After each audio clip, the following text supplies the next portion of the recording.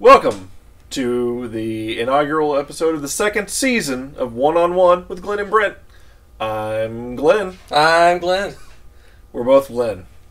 Well, Glen, we're here today. We're going to talk about the first open scrimmage of the year for the U of L Cardinals men's basketball team, the red and white scrimmage that happened this weekend. Yes. I was in attendance at the scrimmage this year, as I like to do, and I had some observations to share. I've been waiting to talk to you about them, and great. What are they?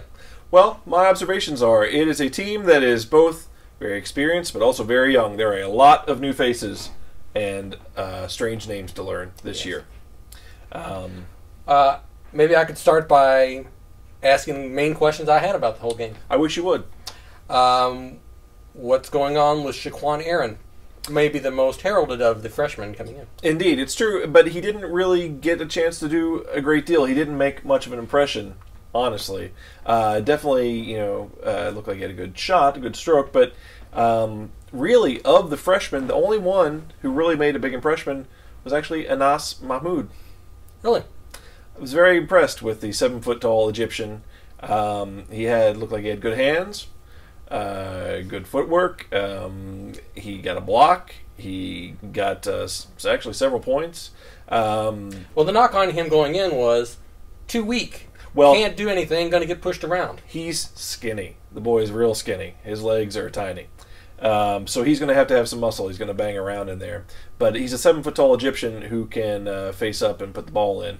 That's pretty huge for us. Yes. Whereas Mott's kind of a project, I think. I know I've heard that they might redshirt him and then use him later, and that might be the plan because obviously, as they say, you can't teach height, so a 7-foot-tall player is always going to be valuable, but at this point, he looks kind of lost out there. So I would say, of all the freshmen, most impressed with Anas Mahmoud, definitely, and I think he will probably get minutes pretty quickly. Eye-opening.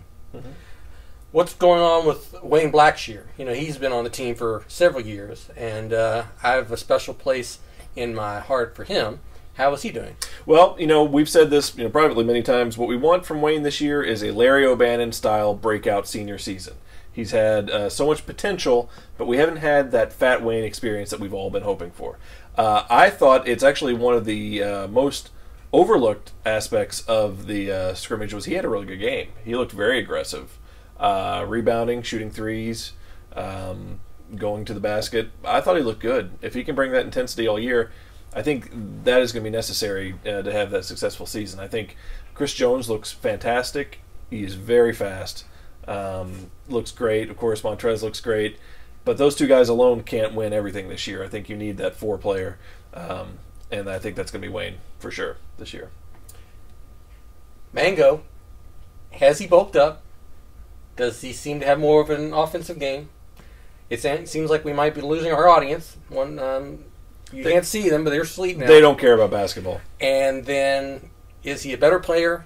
And what are your impressions? Well, coming out of last year, I was very impressed with what I thought was an aggressive performance by Mango in the tournament. And I kind of hope that he would continue that into this season. Judging from simply one game, which is not a good enough sample, I will say he goes back and forth. Sometimes he looks very aggressive, looks like he's ready to play defensively, but sometimes the offense kind of disappears. He disappears a little bit here and there. I think the potential's great, but I wasn't blown away by his performance. He's not causing havoc on the defensive end. Right. He hasn't had that Gorgie-esque leap forward, at least that we've seen so far, but the potential's there. I think he could be a great player for us. So what about your overall impressions? Did you think the team looked like they were confident and they had a lot of energy and they could do some things next year? I really do. I think they have a really good mix. Like I said, you have starters who have won championships, who have been to Final Fours. That's going to be an amazing starting lineup. Chris Jones looks great. Montrez obviously is going to be a monster again. Wayne hopefully have a great year. You assume Rozier probably will play. He looked great too. He's a fantastic player. And then you assume Mango is going to probably get the start, I would assume, at the center.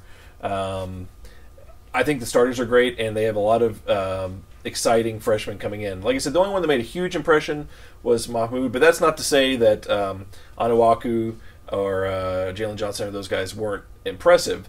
They just, obviously, they're freshmen coming in. They're going to need more time. But I think the future is very bright for the program this year. It could be a really good year. I don't have that, the year we won the championship, I knew we were winning that championship going in. I can't say that this year, but I think there's a great potential to have a really good, solid team this year.